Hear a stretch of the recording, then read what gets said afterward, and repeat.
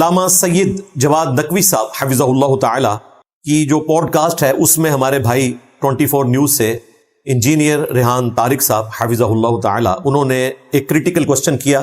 وہ اس pod cost میں 41 minute اور 25 سیکنڈ پہ انہوں نے سوال پوچھا کہ شیعہ حضرت معاویہ کی تکریم اور ادب کیوں نہیں کرتے.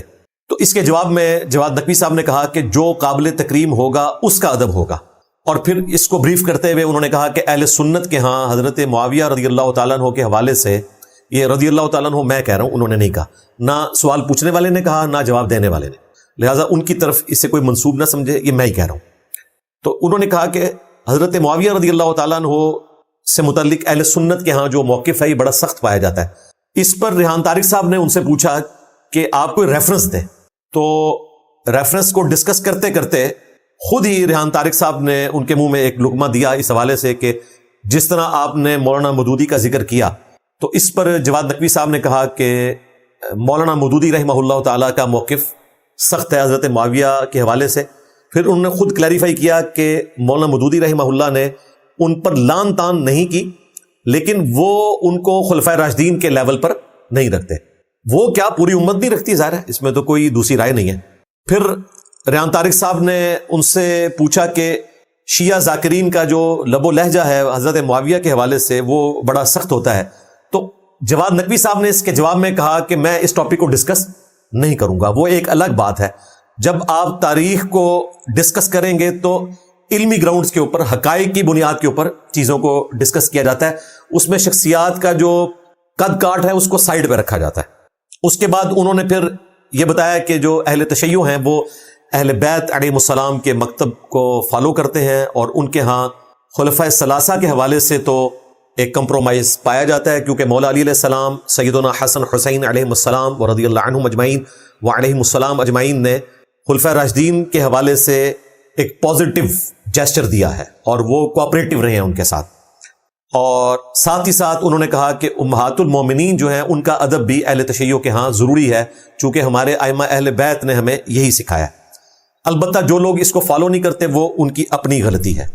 پھر انہوں نے ایک جملہ بولا کہ جن سے اہل بیت کی دوستی ہے ان سے ہماری دوستی ہے، یعنی کہ خلفائے ثلاثہ امہات المومنین.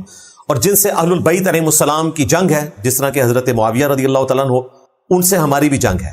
اس میں حضرت طلحہ، زبیر اور عائشہ رضی اللہ عنہم اجمعین و علیہم السلام اجمعین شامل نہیں ہے، کیونکہ انہوں نے وڈرا کر لیا تھا جنگ جمل کے بعد، انہوں نے معذرت کر لی تھی، لہٰذا وہ اس کیٹیگری میں فال نہیں کرتے جس کیٹیگری میں جنگ صفین والے یا جنگ نہروان والے خوارج فال کرتے ہیں. اور حیران کن بات ہے، انہوں نے ساتھ یہ بھی بولا کہ حضرت عثمان غنی رضی اللہ تعالیٰ عنہ شریف النفس انسان تھے، ان کو شہید بھی کہا، رضی اللہ عنہ بھی کہا.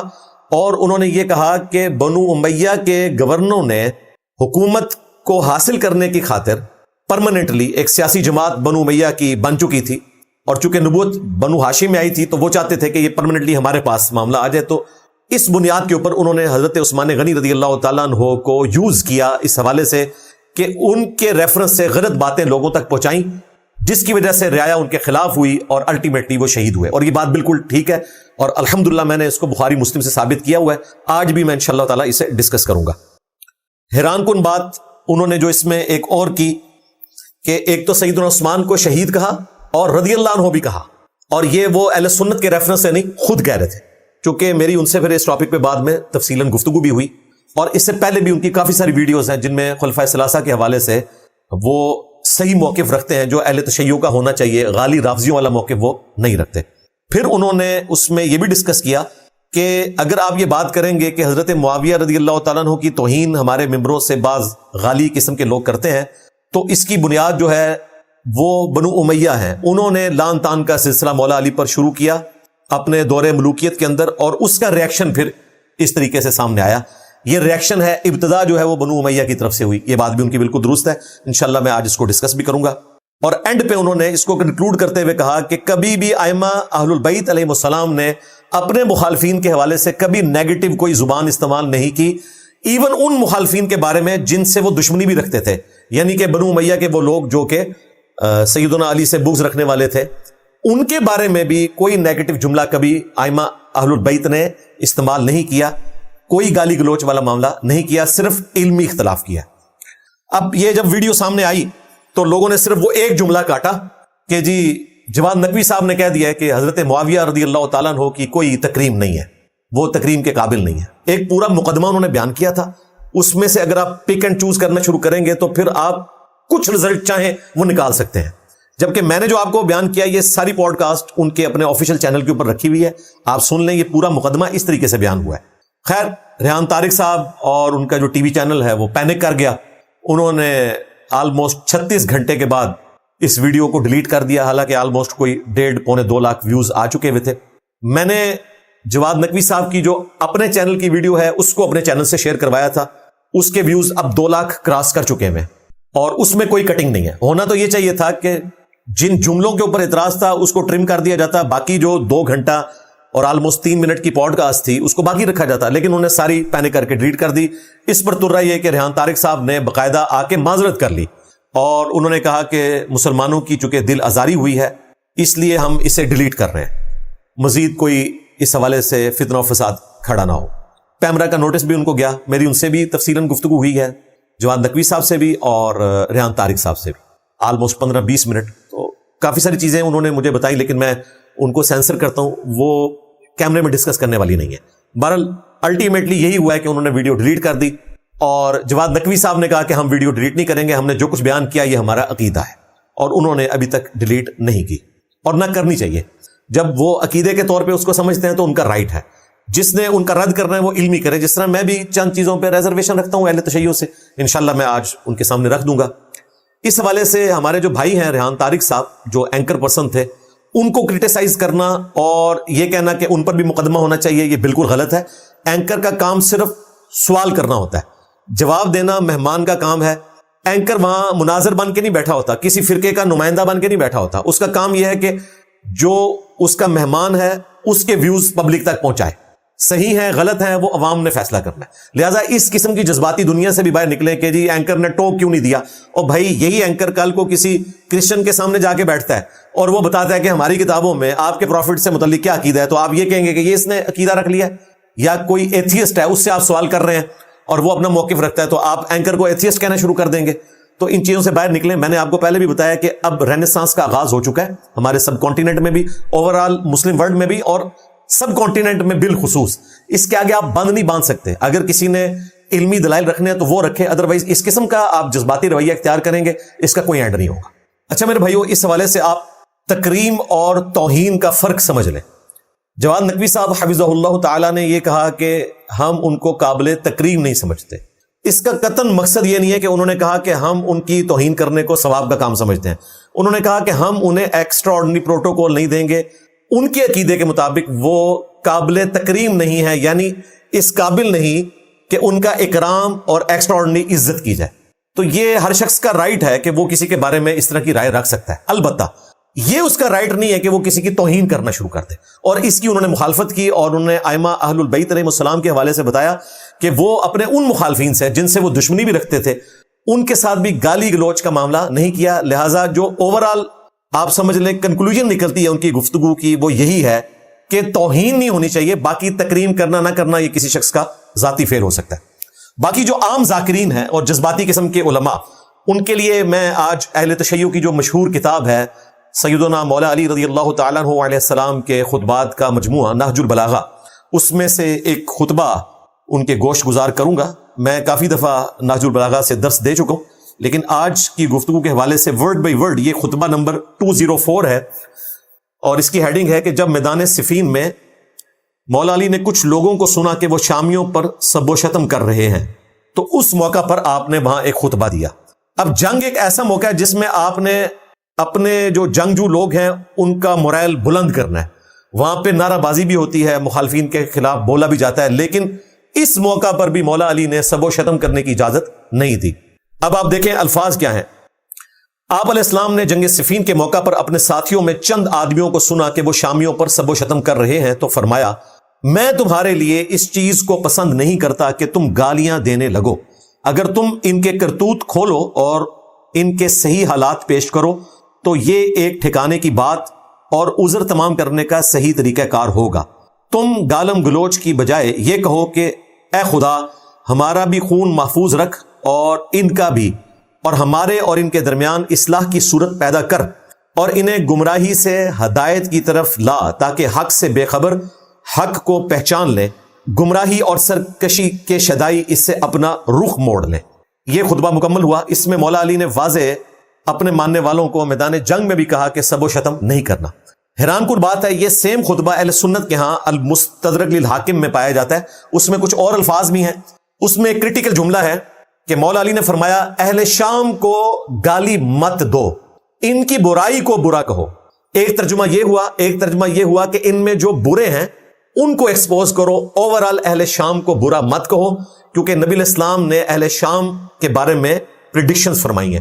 اچھا، وہ پریڈکشنز وہ ہیں جن کو آج کل چند ناسبی علماء نے اٹھا کے تو جنگ صفین میں حضرت علی رضی اللہ تعالیٰ عنہ کے مقابلے پر حضرت معاویہ رضی اللہ تعالیٰ عنہ کو صحیح ثابت کرنے کے لیے یوز کیا کہ جی اہل شام کی تو اتنی برکات ہیں، ان کی تو اتنی تعریفیں، حالانکہ وانتم تعلمون، انہیں پتہ ہے کہ یہ اہل شام وہ ہیں جو قرب قیامت میں ہوں گے، کیونکہ یہ احادیث قرب قیامت سے متعلق ہے۔ اسی حدیث کے اندر آگے چل کر امام محمد مہدی کا بھی ذکر ہے کہ وہ شام میں اس وقت آئیں گے اور شام کا ماحول کیا ہوگا وہ سارا مولا علی نے ڈسکس کیا ہے۔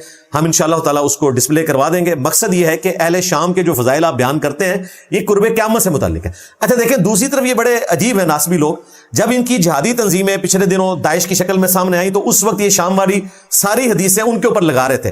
اگر یہ آج کے دور جو ان کے نزدیک قرب قیامت کا دور ہے اس سے متعلق ہے تو یہ جنگ صفین پہ کیسے لگ گئی؟ تو یہ ہر دفعہ کوئی بھی اس قسم کی چیز سامنے آتی ہے تو ایک ٹکٹ میں وہ مزہ لوٹنے کی کوشش کرتے ہیں۔ تو یہ میں نے اس لیے بیان کیا کہ بعض لوگ ان ناسبیوں سے دھوکہ کھاتے ہیں اور وہ شام والی حدیث لے کر تو مولا علی کے اوپر لان تان کرنا شروع کر دیتے ہیں۔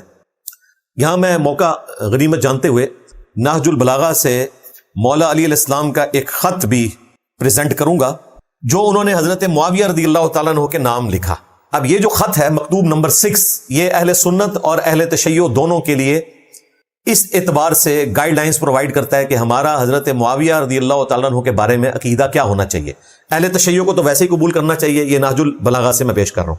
اہل سنت کو بھی اندازہ ہوگا کہ نہج البلاغہ میں ایسا مواد موجود ہے کہ جو اس چیز کو سپورٹ کرتا ہے جو اہل سنت میں اہل البیت علیہم السلام سے محبت رکھنے والے لوگ، خلفۂ ثلاثہ کا احترام کرنے والے لوگ، امہات المومنین کو ڈیو رسپیکٹ دینے والے لوگ اور بنو امیہ کو کنڈیم کرنے والے لوگ عقیدہ رکھتے ہیں، اس کو سپورٹیو یہ چیز موجود ہے۔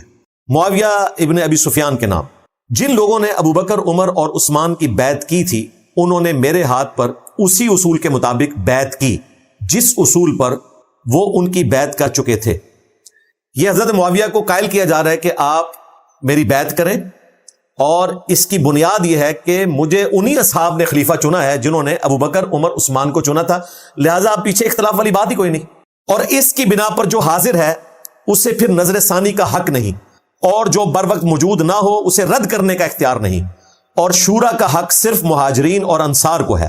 وہ اگر کسی پر ایکا کریں اور اسے خلیفہ سمجھ لیں تو اسی میں اللہ کی رضا اور خوشنودی سمجھی جائے گی۔ یعنی مولا علی یہ کہہ رہے ہیں کہ ابو بکر، عمر، عثمان کو چنا ہے سینئر مہاجرین اور انصار نے، اور ان کی مرضی میں اللہ کی مرضی ہے، اور انہوں نے ہی مجھے چنا ہے، لہٰذا میرے چنے جانے میں بھی اللہ کی مرضی شامل ہے۔ تو اس میں صرف سیدنا ابو بکر، عمر، عثمان کی خلافت جسٹیفائی نہیں ہوتی، بلکہ وہ لوگ جو کہ حضرت معاویہ رضی اللہ تعالیٰ عنہ کے حوالے سے یہ نظریہ رکھتے ہیں کہ انہوں نے کوئی قصاص عثمان کو جو بنیاد بنایا ہوا تھا اس وجہ سے وہ بیعت نہیں کر رہے تھے، تو بیعت پہلے کرنی چاہیے تھی، اس کے بعد خلیفہ وقت کی بات ماننی چاہیے تھی، کیونکہ مولا علی کی بیعت کرنا یہ اللہ کی خوشنودی ہے، کیونکہ انہی اصحاب نے چنا خلیفہ جنہوں نے ابو بکر، عمر اور عثمان کو چنا رضی اللہ عنہم اجمعین وعلیہم السلام اجمعین۔ اب جو کوئی اس کی شخصیت پر اعتراض یا نیا نظریہ اختیار کرتا ہو، الگ ہو جائے، تو اسے وہ سب اسی طرف واپس لائیں گے۔ انہوں نے کہا کہ اب چونکہ تم بیعت نہیں کر رہے ہو تو باقی اصحاب کا کام ہے کہ تمہیں واپس لے کر آئیں جدھر سے وہ منحرف ہوا تھا، اور اگر انکار کرے تو اس سے لڑے۔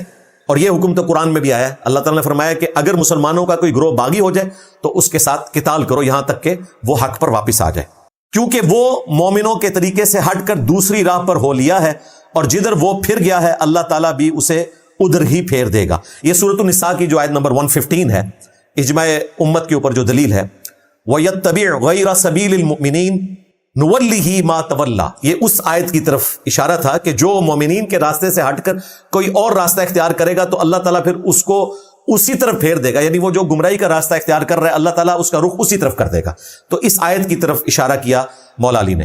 اے معاویہ، اگر تم اپنی نفسانی خواہشات سے دور ہو کر عقل سے دیکھو تو سب لوگوں سے زیادہ مجھے عثمان کے خون سے بری پاؤ گے، مگر یہ کہ تم بہتان باندھ کر کھلی ہوئی چیزوں پر پردہ ڈالنے لگے ہو۔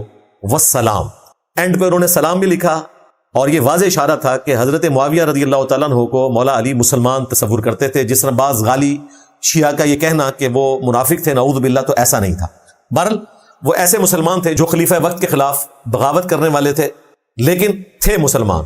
اب یہ جو نہج البلاغہ سے میں نے خطبہ پیش کیا، اس کو سپورٹیو ہمارے جو سید علی خامنائی صاحب شہید رحمہ اللہ تعالی، جو سپریم لیڈر تھے ایران کے، جن کو ظلماً امریکہ اور اسرائیل نے مل کے شہید کیا، اور مسلمان اس جنگ کی تکلیف ابھی تک کاٹ رہے ہیں، اللہ کرے اب تو کنکلوژن کی طرف باتیں جا رہی ہیں۔ ان کے 3 فتوے یہاں پر میں اہل تشیع کے لیے ڈسکس کرنا ضروری سمجھتا ہوں، جو اردو زبان میں پرنٹ ہو چکے ہیں کتابی شکل میں، ہم انشاءاللہ تعالی ڈسپلے بھی کروا دیں گے۔ پہلا فتویٰ انہوں نے دیا کہ مقدسات اہل سنت، اور اس میں بھی اسپیسیفکلی انہوں نے امہات المومنین کا ذکر کیا کہ وہ نبی الاسلام کی ازواج ہیں، ان کی عزت کرنا ہر مسلمان کے اوپر فرض ہے، اور اسپیسیفکلی انہوں نے اہل تشیع کے لیے کہا کہ ان کی توہین کرنا حرام ہے، کیونکہ انہی دنوں ایک غالی رافضی یاسر الحبیب نے سیدہ عائشہ کے حوالے سے نازیبہ الفاظ استعمال کیے۔ وہ ابھی تک زندہ ہے، وہ تو امام خمینی کو بھی کافر سمجھتا ہے، خامنائی صاحب کو بھی کافر سمجھتا ہے، اور ہمارے جو وہابی حضرات ہیں وہ اسی کی ویڈیوز چلا کے عربی میں اور جواب اردو میں دے رہے ہوتے ہیں اس کو، اور عام مسلمانوں کو بتا رہے ہوتے ہیں کہ دیکھو یہ امہات المومنین کی توہین کر رہا ہے۔ اور بھائی وہ تو خامنائی صاحب کو بھی کافر سمجھتا ہے، امام خمینی کو بھی کافر سمجھتا ہے، اس کا اہل تشیع سے کوئی لینا دینا نہیں ہے۔ تو اس کے خلاف فتویٰ دیا۔ جب چند عرب ٹیلی ویژنز کے اوپر اس کی ویڈیوز آئیں تو خامنائی صاحب نے کہا کہ مقدسات اہل سنت کی توہین کرنا یہ حرام ہے، یہ اہل تشیع کے مکتب میں جائز نہیں ہے۔ دوسرا فتویٰ انہوں نے دیا، جب ان سے پوچھا گیا کہ اہل سنت کی اقتداء میں آپ نماز پڑھ سکتے ہیں، تو انہوں نے کہا کہ اہل سنت کی اقتداء میں نماز پڑھنا بالکل درست ہے، اور یہاں تک انہوں نے کہا کہ اگر اہل سنت کی حکومت آپ کو باؤنڈ کرے کہ آپ نے ہاتھ باندھ کر نماز پڑھنی ہے، تب بھی آپ اہل سنت امام کے پیچھے نماز پڑھیں، الگ سے اپنی جماعت قائم نہ کریں۔ اور پریکٹیکلی ہم دیکھتے ہیں سعودی عرب کے اندر حرمین میں آپ کو اہل تشیع امام کعبہ کے پیچھے، مسجد نبوی کے امام کے پیچھے نماز پڑھتے ہوئے نظر آئیں گے، اور الگ سے اپنی جماعت نہیں کروائیں گے۔ اور ان کے امام کا فتویٰ تو یہ ہے کہ اگر وہ ہاتھ باندھ کر حکم دے تو آپ نے ہاتھ باندھ کر نماز پڑھنی ہے۔ حالانکہ شیعہ کی فقہ میں مسئلہ یہ بتایا جاتا ہے کہ ہاتھ باندھنے سے نماز فاسد ہو جاتی ہے، ہمارے نزدیک تو یہ بالکل باطل ہے۔ ہاتھ باندھ کر نماز پڑھنا بھی سنت ہے، ہاتھ چھوڑ کر نماز پڑھنا بھی سنت ہے، آج ٹاپک نہیں ہے۔ بہرحال یہ بڑی جرت دکھائی خامنائی صاحب نے۔ اور تیسرا فتویٰ جب ان سے پوچھا گیا، یہ چھریوں کے ذریعے ماتم کرنا، اپنے جسم کو زخمی کرنا، آگ پر ماتم کرنا، گولی کا ماتم کرنا، اس کے بارے میں شرعی حکم کیا ہے؟ تو انہوں نے بڑے سخت الفاظ استعمال کیے کہ یہ تمام بدعات ہیں اور یہ دین کی بدنامی کا ذریعہ ہے۔ اس قسم کی کسی ایکٹیویٹی کو انہوں نے سپورٹ نہیں کیا کہ جس میں آپ اپنے جسم کو نقصان پہنچائیں۔ تو یہ 3 فتوے اہل تشیع کے لیے میں نے رکھے ہیں، اور اہل سنت کی ایجوکیشن کے لیے۔ اب آ جائیں اہل سنت کی کتابوں کی طرف۔ ایک بڑی مشہور حدیث آپ نے بچپن سے سن رکھی ہے، لیکن ہمارے علماء نے وہ بھی ہمیں آدھی بتائی۔ وہ حدیث صحیح بخاری اور صحیح مسلم دونوں میں موجود ہے۔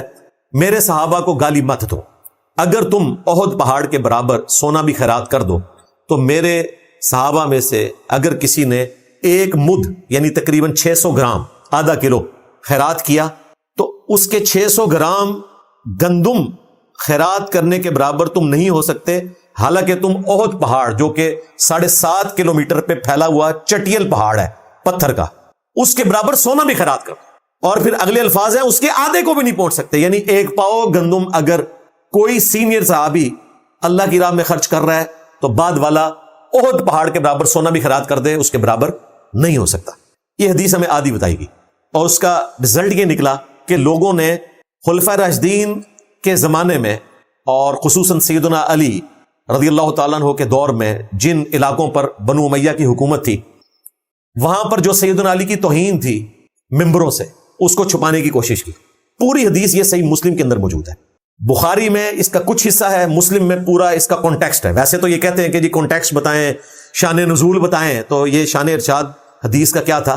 اس میں الفاظ ہیں کہ خالد ابن ولید رضی اللہ تعالیٰ عنہ نے ایک دفعہ جذبات میں آ کر حضرت عبد الرحمن بن عوف کو گالیاں دی جب ان کا آپس میں جھگڑا ہوا، عبد الرحمن بن عوف رضی اللہ تعالیٰ عنہ نے آ کے شکایت کی نبی علیہ السلام کو، تو آپ علیہ السلام نے حضرت خالد ابن ولید سے کہا تھا کہ خالد اب تم میرے صحابہ کو گالی مت دو، اگر تم احد پہاڑ کے برابر سونا خیرات کر دو تو میرے صحابہ نے جو 600 گرام یعنی ایک مد خیرات کیا اس کے آدھے کو بھی نہیں پہنچ سکتا۔ یہ تو خالد ابن ولید کو کہا گیا تھا، اور خالد ابن ولید وہ ہیں جو فتح مکہ سے پہلے مسلمان ہوئے ہیں، لیکن چونکہ صلح حدیبیہ کے بعد مسلمان ہوئے ہیں، جبکہ اسلام کا گراف اوپر ہی جا رہا تھا، مشکل وقت انہوں نے اسلام کا نہیں دیکھا ہوا، جو کہ عبد الرحمن بن عوف نے مکی دور دیکھا تھا اور مدنی دور کا بھی کچھ حصہ۔ تو نبی علیہ السلام نے خالد ابن ولید کو کہا کہ اگر میرے صحابہ میں سے کوئی گندم خیرات کرتا ہے ایک مد یا اس سے آدھا، تم احد پہاڑ کے برابر سونا خیرات کر کے بھی وہاں نہیں پہنچ سکتے، تم میرے صحابہ کو برا مت کہو۔ حالانکہ خالد ابن ولید بھی صحابی تھے، یہاں نبی السلام نے فرق کر دیا کہ خالد کس وقت کے صحابی ہیں اور دوسرے کس وقت کے صحابی ہیں۔ اب مجھے بتائیں، اگر خالد ابن ولید جو کہ صحابی ہیں انہیں یہ اجازت نہیں کہ کسی سینئر صحابی کو گالی دیں، اور وہ اپنے اعمال میں کبھی بھی عبد الرحمن بن عوف کے برابر نہیں ہو سکتے احد پہاڑ کے برابر سونا بھی خیرات کر کے، تو یہ ذرا کیلکولیشن کریں، یعنی ایک پاؤ گندم کی قیمت نکالیں اور 7.5 کلومیٹر پہ پھیلے ہوئے احد پہاڑ چٹیل پتھروں کا، اس کے برابر سونا کیلکولیٹ کریں، دنیا کا سپر کمپیوٹر بھی فیل ہو جائے گا اس کی قیمت نکالنے کے لیے کہ وہ سونے کی قیمت کیا بنے گی۔ تو کروڑوں اربوں خالد ابن ولید ہوں، ایک عبد الرحمن بن عوف کو نہیں پہنچ سکتے، اور مولا علی ان کو تو آپ چھوڑ دیں کہ ان کا مرتبہ کس بڑے لیول کا ہے۔ تو بیسیکلی صحابہ اکرام کو ڈرایا گیا تھا کہ تم نے یہ کام نہیں کرنا، لہٰذا اولین مخاطب اس کے صحابہ اکرام ہے۔ اگر صحابہ میں سے کوئی صحابی یا اس کے انڈر کسی دوسرے صحابی کو گالی گلوچ کا معاملہ کیا جاتا ہے تو وہ بڑا مجرم ہے۔ آج کا جو مسلمان ہے وہ کم مجرم ہے کیونکہ اس نے وہ وقت نہیں دیکھا ہوا، اور اسپیسیفکلی یہ حدیث جونیئر صحابہ کے بارے میں تھی کہ تم نے سینئرز کے بارے میں زبان درازی نہیں کرنی۔ ہمارے لیے تو ظاہرہ ہوگی، ہم بعد میں آنے والے ہیں، لیکن اسپیسیفکلی یہ جونیئرز کے بارے میں تھی کہ اپنے سینئرز کا آپ نے احترام کرنا ہے، ان کا ادب کرنا ہے۔ اب یہ حصہ انہوں نے چھپایا ہوا تھا کہ یہ تو مسئلہ تھا خالد ابن ولید ورسز عبد الرحمن بن عوف، انہوں نے اس مسئلے کو سپاہ صحابہ کے ذریعے بنا دیا شیعہ ورسز خلفائے ثلاثہ، وہ بھی بنتا ہے، لیکن بھائی اس سے پہلے ان کا بنتا ہے کہ جنہوں نے صحابی ہوتے ہوئے مولا علی کی جو ہے وہ توہین کی، اور آج آپ کہہ رہے ہیں کہ جی ان کی تکریم ہونی چاہیے یا نہیں ہونی چاہیے، اس کے اوپر آپ بحثیں کر رہے ہیں۔ دیکھنا چاہیے کہ ان کے دور میں ان کے چاہنے والوں نے کیا کچھ کیا، وہ انشاءاللہ تعالی میں کچھ نمونہ رکھ بھی دوں گا یہاں پر۔ یہ جو جھگڑا ہے عبد الرحمن بن عوف کا اور خالد بن ولید کا، اس کا کچھ حصہ صحیح بخاری میں ایک اور جگہ موجود ہے، اور حافظ ابن کثیر رحمہ اللہ نے سورۃ الحدید کی جو آیت نمبر 10 ہے، وَكُلًّا وَعَدَ اللَّهُ الْحُسْنَى، یعنی اللہ تعالیٰ نے تمام کے لیے اچھا وعدہ کیا ہوا ہے، جو احسان کے ذریعے پیروی کرنے والے لوگ ہیں صحابہ اکرام کی، چاہے وہ صحابہ میں ہو تابعین میں ہو، سب کے لیے at the end of the day اچھا وعدہ تیار کر رکھا ہے۔ اس آیت کی تفسیر میں اس حدیث کو بھی لے کے آئے ہیں، اور وہاں پہ انہوں نے یہ بتایا کہ جھگڑا کس موقع پر ہوا تھا، جبکہ بنو جذیمہ جنہوں نے اس وقت اسلام قبول کیا لیکن بیچارے جاہل لوگ تھے، ان کو اپنے اسلام کی اناؤنسمنٹ کرنے کا طریقہ نہیں پتا تھا، انہوں نے صحابہ کرام کو دیکھ کر کہا کہ ہم اپنے دین سے پھر گئے، ہم اپنے دین سے پھر گئے، یعنی ہم اپنے بت پرستی کے دین سے پھر گئے۔ وہ یہ کہنا چاہ رہے تھے، بجائے اس کے کہ وہ کہتے اسلمنا اسلمنا، ان کو تو پتہ ہی نہیں تھا۔ خالد بن ولید کو نبی الاسلام نے اسی قبیلے کی طرف بھیجا تھا، انہوں نے آؤ دیکھا نہ تاؤ ان کو قتل کرنا شروع کر دیا۔ وہاں پہ عبد الرحمن بن عوف کا جھگڑا ہو گیا ان کے ساتھ، اور وہاں پہ یہ سارا واقعہ پیش آیا۔ عبداللہ ابن عمر نے بھی قتل کرنے سے انکار کر دیا، انہوں نے باقاعدہ پھر اس حدیث کو روایت بھی کیا، مسند احمد میں بھی ہے، بخاری میں تفصیل کے ساتھ ہے۔ بہرحال باقی اصحاب رک گئے، نبی الاسلام کے پاس شکایت آئی تو آپ علیہ السلام نے 2 دفعہ اللہ کے حضور دعا کی کہ اے اللہ میں خالد کے اس عمل سے بری ہوں، جو اس نے کیا میں اس کی کوئی ذمہ داری نہیں لیتا۔ اور پھر نبی الاسلام نے اس قبیلے کے جو مقتولین تھے ان کی بلڈ منی بھی یعنی دیت بھی ادا کی۔ تو یہ پورا واقعہ ہے جو حافظ ابن کثیر نے نقل کیا۔ آپ اندازہ کریں کتنا کرٹیکل ایشو تھا یہ، اور اس کو بھی عوام الناس سے بچایا گیا، کہیں ان کو صحیح بات پتہ نہ چل جائے۔ ویسے آپ نے بڑی مشہور حدیث سنی ہوگی، بخاری مسلم دونوں میں حدیث ہے کہ اگر میری بیٹی فاطمہ بھی چوری کرے تو میں اس کے بھی ہاتھ کٹوا دوں گا۔ اچھا، سیدہ فاطمہ کے حوالے سے تو یہ بیان کیا جاتا ہے، تو سیدہ فاطمہ سے تو بڑا مرتبہ کسی کا بھی نہیں ہے نا صحابہ کرام میں۔ صحابہ کرام میں سے اگر کچھ جونیئرز اپنے سینئر اصحاب کے ساتھ کوئی ایسا رویہ کریں کہ جس کی بنیاد پہ بعد میں آنے والے مسلمانوں کو ٹونٹ کیا جائے کہ جی آپ لوگ توہین کر رہے ہیں صحابہ کرام کی، تو سب سے پہلے مقدمہ تو ان پر قائم ہوگا جن جونیئرز نے اپنے زمانے میں اپنے سینئر اصحاب کا احترام نہیں کیا۔ اب وہ آپ سن لیں، صحیح بخاری اور صحیح مسلم دونوں میں موجود ہے، آل مروان یعنی بنو امیہ، ان میں سے ایک شخص مدینے کا گورنر بنا۔ ہمارے جو حضرت معاذ اللہ ہیں، گلے پھاڑنے والی سرکار، ٹرمپ کے ناشتے والی سرکار، ہشام الہی ظہیر صاحب، حفظہ اللہ تعالی، وہ کہتے ہیں وہ نامعلوم کوئی شخص تھا جی. اچھا وہ نامعلوم شخص تھا، صحابہ زندہ ہیں اور وہ گورنر ہے. تو میں نے کہا تھا وہ نامعلوم نہیں تھا، وہ جمعیت اہل حدیث مدینہ کا امیر تھا. لو سامو، نامعلوم تو نہیں تھا، معلوم ہی تھا. اور بلا رہا ہے وہ ایک صحابی کو، سہل ابن سعد الساعدی کو. اور یہ وہ صحابی ہے جو شیان علی میں سے ہیں، جو بخاری مسلم کی اس حدیث کو روایت کر رہے ہیں کہ اللہ کی قسم میں سب سے زیادہ جانتا ہوں اس بات کو کہ احد کے موقع پر جب نبی علیہ السلام کے دانت شہید ہوئے تو نبی علیہ السلام کا زخم کون دھو رہا تھا اور مرہم پٹی کس نے کی تھی. انہوں نے کہا کہ خون بہ رہا تھا، مولا علی ڈھال کو الٹا کر کے اس میں پانی لے کر آئے اور سیدہ فاطمہ نے اس زخم کو دھویا. اور جب خون نہیں رکتا تھا تو سیدہ فاطمہ نے ایک کپڑے کو جلا کے اس کی راکھ وہاں پر رکھی. اینٹی سیپٹک بھی ہوتی ہے، خون بھی روک دیتی ہے، تو خون رک گیا. یہ حدیث بخاری مسلم دونوں میں موجود ہے. چونکہ بنو امیہ کا دور تھا تو وہ مولا علی اور سیدہ فاطمہ کے فضائل بیان کرتے تھے کہ بھئی احد کے موقع پر مولا علی اور سیدہ فاطمہ حضور کو چھوڑ کر نہیں گئے. ظاہر ہے وہ تو سمجھ لیں ڈائریکٹ اولاد تھے نا، نبی علیہ السلام کے ساتھ ان کا ایک خونی رشتہ بھی بنتا تھا. تو یہ وہ سہل ابن سعد الساعدی ہیں. ان کو جمعیت اہل حدیث مدینہ کے گورنر نے اس وقت بلایا، آل مروان صحابہ کرام کے دور میں. اور یہ ایٹ لیسٹ جو ہے وہ حضرت معاویہ کا دور ملوکیت بنتا ہے. اس دور میں بلوا کے ان کو کہا گیا کہ آپ حضرت علی کے اوپر سب و شتم کریں، تو انہوں نے انکار کر دیا. تو گورنر نے کہا کہ آپ بس اتنا کہہ لو لعن اللہ ابا تراب، نعوذ باللہ، کوڈ ورڈ میں بات کرو کہ ابو تراب پہ اللہ کی لعنت. تم یہ نہ کہو کہ علی ابن ابی طالب پہ. علی نام سے بھی چڑھتے تھے نا، علی کا مطلب ہے اونچی شان والا، العلی اللہ کا نام بھی ہے، اور علی صرف ہوگا تو وہ مولا علی کا نام ہے. اور ابو تراب مٹی والا، وہ اس کو حقیر سمجھتے تھے، تو اس وجہ سے وہ مولا علی کو ابو تراب کہتے تھے. حالانکہ ابو تراب سیدنا علی کو بڑا پسند تھا. تو اس پر بخاری کے الفاظ ہیں، کہکا لگایا سہل ابن سعد الساعدی نے. انہوں نے کہا تم ابو تراب نام حکارت سے لے رہے ہو، اور مولا علی سب سے زیادہ خوش اسی نام سے ہوتے تھے. تو انہوں نے کہا کہ یہ نام پھر کس طرح پڑا. اندازہ کریں اس زمانے کے جو اہل حدیث تھے حضرت معاویہ کے دور کے، ان کو حضرت علی کے بارے میں یہ بھی نہیں پتا تھا کہ ابو تراب نام کیسے پڑا. تو آج کے اہل حدیث کو کیسے پتا ہوگا؟ انہوں نے تو بخاری مسلم صرف رفع الیدین کے لیے پڑھنی ہے. اور دیوبند بریلویوں کو تو چھوڑ دیں، ان کی تو کوئی علمی روش ہی نہیں ہے، وہ تو بزرگ پرستی میں ہے. کچھ علمی روش اگر رکھتے ہیں تو اہل حدیث رکھتے ہیں. تو اس زمانے کے اہل حدیثوں نے کہا کہ ہمیں تو نہیں پتا کہ یہ ابو تراب نام کیسے پڑا. تو انہوں نے کہا میں تمہیں بتاتا ہوں یہ نام کیسے پڑا.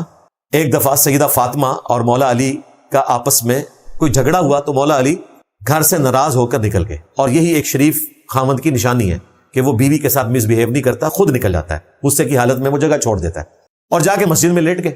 بائی چانس نبی علیہ السلام تشریف لے آئے اور پوچھا فاطمہ علی ابن ابی طالب کدھر ہے؟ تو بتایا گیا کہ وہ تو ناراض ہو کے یوں چلے گئے. تو نبی علیہ السلام نے ایک صحابی کی ڈیوٹی لگائی کہ دیکھو علی کہاں پر ہے. انہوں نے بتایا کہ وہ مسجد میں لیٹے ہوئے. تو نبی علیہ السلام نے بجائے اس کے کہ ان کو بلواتے، وہ خود حضور کے قدموں میں حاضر ہوتے. نبی علیہ السلام نے اپنے غلام کی عزت افزائی کی، خود تشریف لے گئے اور اپنے مبارک ہاتھوں سے ان کے جسم سے مٹی جھاڑی اور کہا اٹھ ابو تراب، اٹھ ابو تراب، اے مٹی میں لپٹنے والے اٹھ. اس دن سے مولا علی نے اپنی کنیت ہی ابو تراب رکھ لی ہوئی تھی. حالانکہ آپ کی کنیت تھی ابو الحسن، جو صحیح بخاری میں رپورٹ ہوئی ہے. لیکن مولا علی خوش ہوتے تھے کہ نبی علیہ السلام نے مجھے ابو تراب کہا ہے تو میں ابو تراب کہلواؤں گا. لیکن بنو امیہ اس نام کو حکارت کے طور پر لیتے تھے، اسی لیے انہوں نے کہا لعن اللہ ابا تراب کہو. یہ کہتے ہیں کہ جی وہ سب و شتم کا تو ذکر ہی کوئی نہیں ہے. تقی عثمانی صاحب بھی کہتے ہیں یہ سب سے مراد تنقید ہے. اچھا مولا علی پہ تنقید کرنا جائز ہے؟ اس کا جواب ان کے پاس کوئی. اور بھائی تقی عثمانی صاحب، آپ نے اپنے ماننے والوں کو غلط لائن پہ چڑھا دیا. کاش آپ صحیح مسلم پڑھ لیتے، 6229 حدیث پڑھ لیتے. بخاری میں بھی یہ حدیث موجود ہے. یہ دونوں حدیثیں آپ جمع کرتے، آپ کو الفاظ بھی مل جاتے کہ وہ لعن اللہ ابا تراب کہلوایا کرتے تھے. یہ کہتے ہیں نہیں ممبروں سے کوئی لعنت نہیں کہلوائی جاتی تھی. یہ تو واضح موجود ہے. میں نے تو کئی حدیث جمع کی ہیں، میں اپنے ریسرچ پیپر کا تعارف بھی اسی کانٹیکسٹ میں بعد میں کروا دیتا ہوں. بہرحال یہاں پر وہ حدیث کنکلوڈ ہوتی ہے جب آل مروان کو، بنو امیہ کو پتہ چلتا ہے کہ ابو تراب نام کیسے پڑا. اب آپ نے یہ ذہن میں رکھنا ہے کہ اگر بنو امیہ کے لوگ سب کہیں تو اس سے مراد ہوتا ہے لعنت کرنا، تنقید نہیں. اور اگر بنو امیہ ابو تراب کہیں تو اس سے مراد ہوتا ہے تنقیص کرنا. 6220 نمبر حدیث ہے صحیح مسلم میں. اس میں واضح الفاظ ہے کہ حضرت معاویہ رضی اللہ تعالیٰ عنہ نے حضرت سعد ابن ابی وقاص رضی اللہ تعالیٰ عنہ کو بلایا، اور پھر الفاظ ہیں امر معاویہ، معاویہ نے انہیں حکم دیا تو انہوں نے انکار کرتے ہوئے کہا کہ میں کبھی بھی علی ابن ابی طالب پر سب نہیں کروں گا، کیونکہ جو کچھ میں نے رسول اللہ سے ان کے بارے میں سن رکھا ہے، 3 ایسی کرٹیکل باتیں کہ ان میں سے مجھے ایک بھی مل جائے تو میرے لیے سرخ اونٹوں سے بہتر ہے. یہ کون کہہ رہا ہے؟ جو نبی علیہ السلام کا ماموں ہے، یعنی ہمارے ماموں بھی سعد ابن ابی وقاص. عشرۃ مبشرہ میں ہیں، 10 جنتی اصحاب میں شامل ہیں.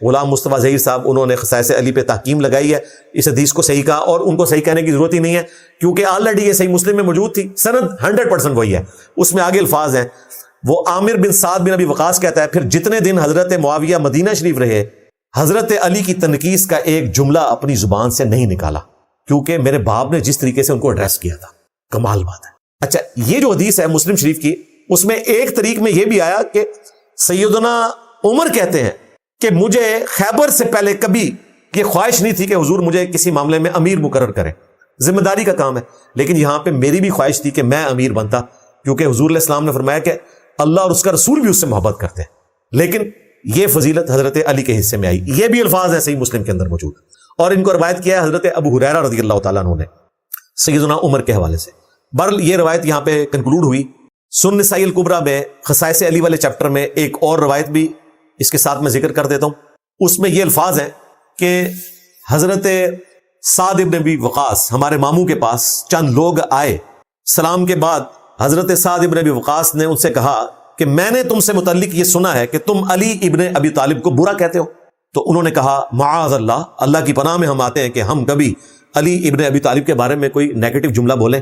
پھر سعد ابن ابی وقاص ہمارے ماموں نے کہا اگر یہ لوگ یعنی بنو امیہ کے لوگ، اور ظاہر ہے کہ وہاں پہ حضرت معاویہ کی حکومت ہی مراد تھی کیونکہ سعد ابن ابی وقاص 56 ہجری میں فوت ہوئے ہیں، حضرت معاویہ فوت ہوئے ہیں 60 ہجری میں، واقعہ کربلا سے آلموسٹ 1 سال پہلے، یا آپ کہہ لیں چند مہینے پہلے. تو سعد ابن ابی وقاص تو فوت ہو گئے ہیں حضرت معاویہ کے دور ملوکیت کے اندر. وہ کہتے ہیں اگر یہ لوگ میری مانگ کے درمیان آرا رکھے اور مجھ سے یہ ڈیمانڈ کریں کہ میں علی ابن ابی طالب کے بارے میں کوئی نیگیٹو جملہ بولوں تو میں اپنے 2 ٹکڑے کروانا گوارا کر لوں گا، کبھی حضرت علی کے بارے میں تنقیص کا کوئی جملہ نہیں بولوں گا، جو کچھ میں نے خود رسول اللہ سے سن رکھا ہے علی ابن ابی طالب سے متعلق. آپ اندازہ کریں کہ اس زمانے میں کیا صورتحال چل رہی تھی، وہ میں نے اپنے کربلا والے ریسرچ پیپر میں بڑی تفصیل کے ساتھ بیان کیا. اس پوری حدیث کے بعد مجھے بتائیں امام نووی کا یہ کہنا، اس حدیث کو تو ضعیف کر نہیں سکتے تھے، اہل سنت کے امام ہیں، آلموسٹ 45 سال کی عمر میں دنیا سے چلے گئے، میری 48 پلس ہو چکی ہے، یعنی مجھ سے بھی وہ 3-4 سال پہلے آپ سمجھ لیں کیونکہ ہجری اعتبار سے ان کی 45 تھی، فوت ہو گئے. ریاض الصالحین لکھی، لیکن مسلم کی شرح میں وہ یہ حدیث کیسے ہضم کر سکتے تھے؟ انہوں نے کہا حضرت معاویہ سب نہیں کروانا چاہتے تھے، نہ وہ کرتے تھے، وہ بیسیکلی یہ کہہ رہے تھے کہ اے سعد مجھے آپ حضرت علی کے کوئی فضائل سنائیں تاکہ جو لوگ حضرت علی پہ لان تان کرتے ہیں میں ان کو قائل کر سکوں اس کی بنیاد پہ. تو وہ جو لان تان کرنے والے لوگ تھے وہ بھی تو اسی زمانے کے تھے، لیکن یہ ان کی کہانی جو ہے نا وہ شیر افضل مروتی ہے. اس کی وجہ یہ ہے کہ سنن نسائی الکبریٰ میں سیم سند کے ساتھ الفاظ موجود ہیں آگے کہ پھر جتنے دن حضرت معاویہ وہاں رہے انہوں نے مولا علی کی تنقیص کا ایک جملہ اپنی زبان سے نہیں نکالا. مراد یہ کہ انہی کو ڈانٹا جا رہا تھا. لہٰذا امام نووی آج زندہ ہوتے ہیں تو امید ہے کہ ہماری ویڈیوز کی برکت سے جب ہم ان کو ریفرنس بتاتے ہیں، ظاہر ہے ان کو بیچاروں کو سنن نسائی الکبریٰ تک پہنچنے کے لیے ٹائم چاہیے تھا کیونکہ یہ کتب ستہ جو ہیں یہ تو